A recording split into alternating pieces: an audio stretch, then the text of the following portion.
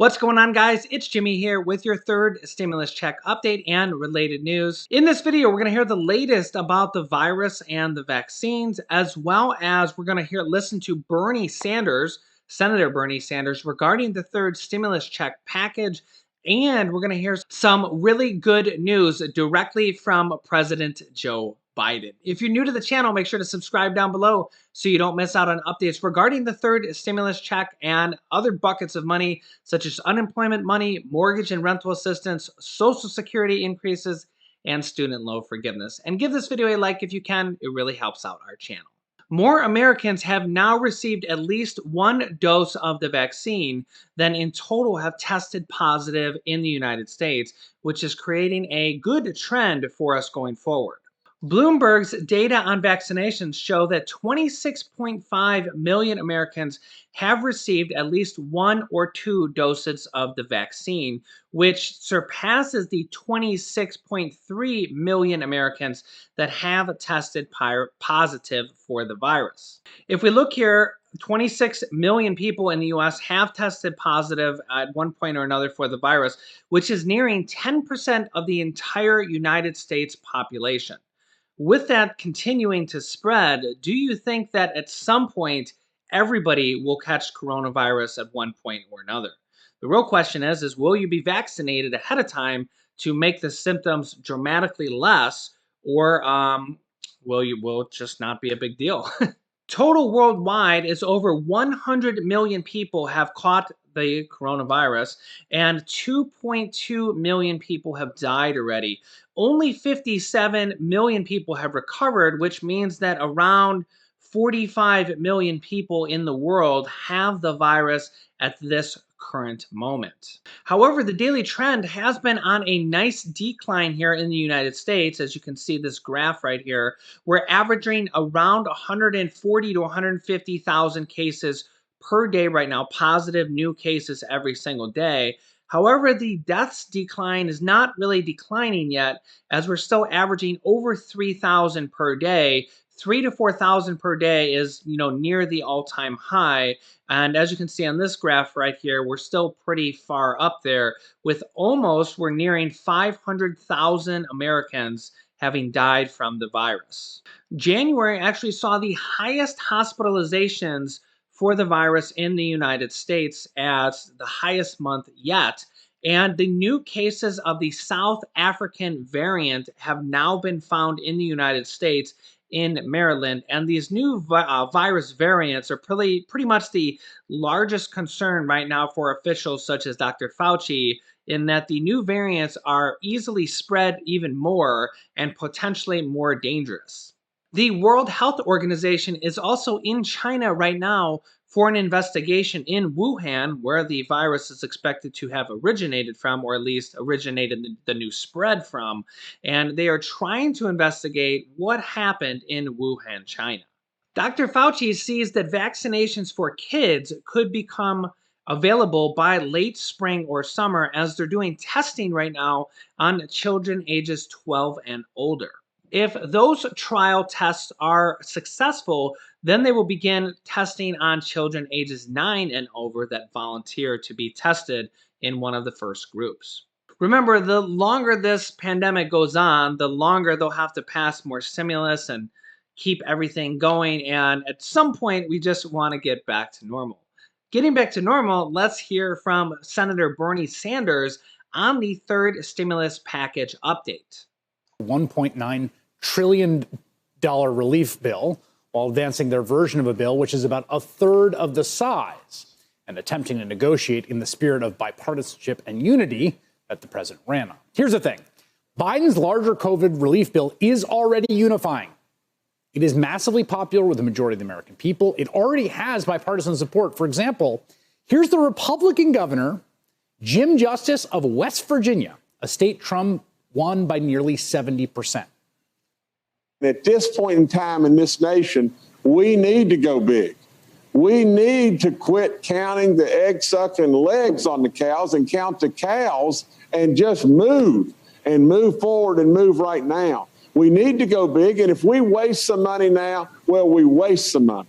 But absolutely, we've got too many people hurting, and the economy is going to sputter, and we've got to get ourselves out of this mess, and it's the way we need to go right now. I'm joined now by the incoming chair of the Senate Budget Committee, Senator Bernie Sanders, independent from Vermont. And I was very struck, Senator, by Jim Justice of West Virginia making that case in a few different places today. I mean, that is one of Trump's best states in the union. He is a Republican. And it was interesting to me that he feels the need to be so vocal about it. Look, as you've indicated, we are in the midst of the most unprecedented set of crises in the modern history of this country. And the governor of West Virginia understands that. I mean, we're talking about people who have lost their jobs, can't feed their families, Chris. People are worried about being evicted. 90 million people who are uninsured and underinsured in the midst of this terrible pandemic. We are losing 3,000 people every single day from the virus. Our kids are unable to go to school. You have a significant uptick in mental illness because of all of this separation that people, can't be with their families, can't be with their friends. This is a terrible moment. And the governor is right. Now is not the time to count pennies. Now is the time to address these monumental crises. And I think what the president is proposing is a very good start in doing that. What is your response to understanding of this group of 9 senators on the Republican side who made this counterproposal at a third of the total cost and met with the president today? Well, I'm glad that the president met with Republicans. We want to continue to have a dialogue, and there are going to be issues coming down the pike where I think you're going to see some bipartisan efforts. For example, Republicans understand that our infrastructure is crumbling and we can create millions of good-paying jobs, rebuilding our roads and bridges and affordable housing. Republicans, or at least a number of them, understand that it's absurd that on some cases we're paying 10 times more than other countries for prescription drugs. We've got to lower the cost of prescription drugs. So there are a number of areas where I think we have the potential to work together. Remember, this is the first reconciliation bill. There'll be another one coming soon after this one is passed. But right now, what the Republicans are talking about is just totally inadequate to meet the unprecedented crises that we are facing. So you just mentioned reconciliation, which is a budgetary process that has, I believe, formally begun in both houses. And because of Senate rules, it means that it is not filibusterable, right? You can simple majority bill. Brian Schatz, your colleague, said the following. He said, regular people don't care whether we pass something with 51 votes or 60. Do you agree? Absolutely. Look, what goes on inside the Beltway is unfathomable to many of us inside the Beltway. Nobody in the outside world understands it. You want to talk about bird rules? Good luck. All right. The bottom line is the American people are hurting, and they're hurting badly.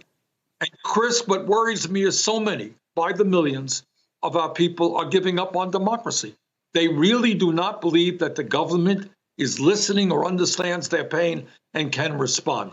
That is what we have got to do right now. So I agree with your view of this and Senator Schatz about whether 51 or 60 votes. The big question, though, is, are you confident you have the Democratic caucus together, right? Because this is a diverse caucus. You got folks from West Virginia and Arizona and 2 new senators from Georgia, and then you've got folks from California. Do you think you can hold the caucus together, you and your colleagues, for a reconciliation vote on a package of this size? Well, Leader Schumer has been working 24/7 on just that issue, and I think we will, because at the end of the day, every member of the Democratic caucus, no matter what their differences may be, and look, I have differences and concerns about this bill. In my judgment, it doesn't go far enough. Right. Other people have different concerns. But at the end of the day, we all come from states. We are sick and tired of seeing hundreds of cars lining up for food, kids unable to go to school, people not getting the vaccines as rapidly as they should. We all share that in common. And second of all, Chris, we are the majority right now because 2 great candidates ran in Georgia. And that Georgia election really became a national election. And promises were made in that election, not just by the candidates, but by many of us. And what we said is, if you elect Democrats and we take control, we're going to get you, $1,400 on top of the $600. We're going to extend unemployment. We're going to significantly increase the child tax credit. We're going to get money to states and cities. We are going to deal with education. Those were the promises made, and it would be totally unacceptable for any Democrat to renege on those promises. That is why people are giving up on the political process. Wow. So Senator Bernie Sanders there, who is now the Senate budget chairman, who's the person in charge of the reconciliation process. Wow, he had a lot to say there. Number one, he says that this reconciliation bill that they're going to use the reconciliation card on is only the first one. He said there's another one going to be coming after that, probably already hinting at the next stimulus package, which they call the infrastructure package, which will have multiple different stimulus items in there. He said they're probably going to have to pass that with the reconciliation card too. So you might as well not be afraid to use it. And that is exactly what is happening now. Both Nancy Pelosi, the House Speaker, and Senate Majority Leader Chuck Schumer have already filed articles to start the proceedings and the paperwork and the legislative work on passing the next stimulus package with the $1.9 trillion, the $1,400 stimulus checks for adults, $1,400 stimulus checks for children, and $1,400 stimulus checks for adult dependents, and to pass that through the reconciliation offer or the reconciliation rule. They're already starting the proceedings on that. And he also said the Democrats must keep their promise to basically raise those second stimulus checks up to $2,000, which they call a $2,000 plus up bill, to get you guys the additional round of $1,400, and then pass another one with the reconciliation card through the next stimulus package, the infrastructure package. We expect that to be probably around a month later after they pass the third stimulus check package, which will have more stimulus provisions in there for sure. Some big news from President Joe Biden just moments ago is that President Joe Biden has told Democrats that the COVID relief plan from the Republicans is, quote, way too small. Former Senate Majority Leader, now Senate Minority Leader Mitch McConnell says that the Democrats are choosing a partisan path, which means not bipartisan, which means they're choosing basically their own path. President Joe Biden told a group of 10 Republican senators that their roughly $600 billion counteroffer on a COVID-19 stimulus package was, quote, way too small, top Senate Democratic leaders said today, following a virtual meeting with President Biden and Treasury Secretary Janet Yellen. Quote, he said that he told the Senate Republicans that the $600 billion they propose is just way too small. Senate Majority Leader Chuck Schumer told reporters following the Senate Democrats meeting. The Democratic-led Senate is pressing forward on a process known as reconciliation that will allow them to pass Biden's $1.9 trillion third stimulus check package with just a simple majority and without Republican votes. It would avoid a filibuster, a key procedure obstacle requiring at least 60 votes, in this case 10 Republicans, to support any bills passing. There's also been talk from the Democrat side that they might try to eliminate the filibuster completely. This is actually very possible. Of course, it's a pretty detailed legislative process. But if they get rid of the filibuster, this will set a precedence going forward that the Senate will never need 60 votes again and will only be 51 votes. This has actually been talked about for years. I think going back as far as almost 10 years, they've been considering getting rid of the filibuster, which would make these cards worthless. So maybe I'd get to keep it forever and not have to give it back. But if this card is worthless, then what that would mean is that basically every bill has a reconciliation card built into it. It would only need 51 votes to pass. They wouldn't need to give the card. They would just pass it with 51 votes instead of 60 votes. So if the Democrats do decide to do that, then basically they'll be able to pass every single bill for the next 2 years without any Republican support at all. I mean, I'm talking about every bill, not just stimulus package bills, not just stimulus check bills, But every single bill that they want to pass, they'd be able to pass in the House because they have control of the House, and they'd also be able to pass it in the Senate because they would have the 51 votes in the Senate, 50 votes from the Democrats, and the tiebreaker going to Kamala Harris, the vice president, who would be the 51st vote. That counts as the additional vote. So if they go that route, now for every bill, if they go that route, they would need every single Democratic senator to vote yes on a bill. So they can't have, say, a Joe Manchin, say no to a bill because that would be just enough bills or enough votes to not get a bill going forward. But honestly, I think that's a very real possibility going forward. And that will just make more stimulus checks and more stimulus packages even more likely in the future. And honestly, right now, as you can see here, this is just from a few days ago, there are Democratic lawmakers in the House and the Senate pushing Biden right now to actually increase the checks to make them monthly stimulus checks as high as $2,000. Even if they were only able to pass monthly stimulus checks of, say, $1,000 after this third stimulus check, that would be much, much relief to many Americans and small businesses and the entire economy, and they would do it until the pandemic is over. This isn't something that would be around forever, but even if they were to do $1,000 or $2,000 monthly stimulus checks until the pandemic is over, say another 6 months or another 9 months, that's what lawmakers in Congress are pushing for right now.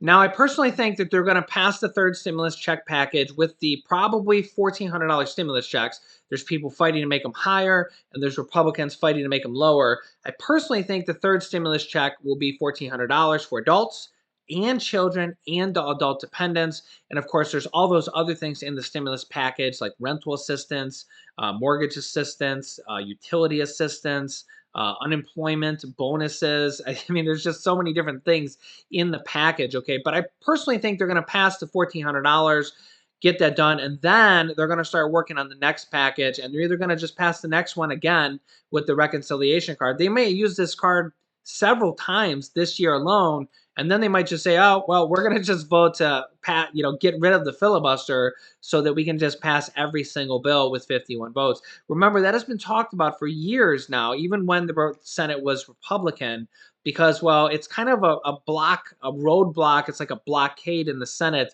It makes it much harder to get any bills done, whether it's Democrat or Republican Senate, because 60 votes is considered a supermajority, and it's just much harder to do if you don't have bipartisan support.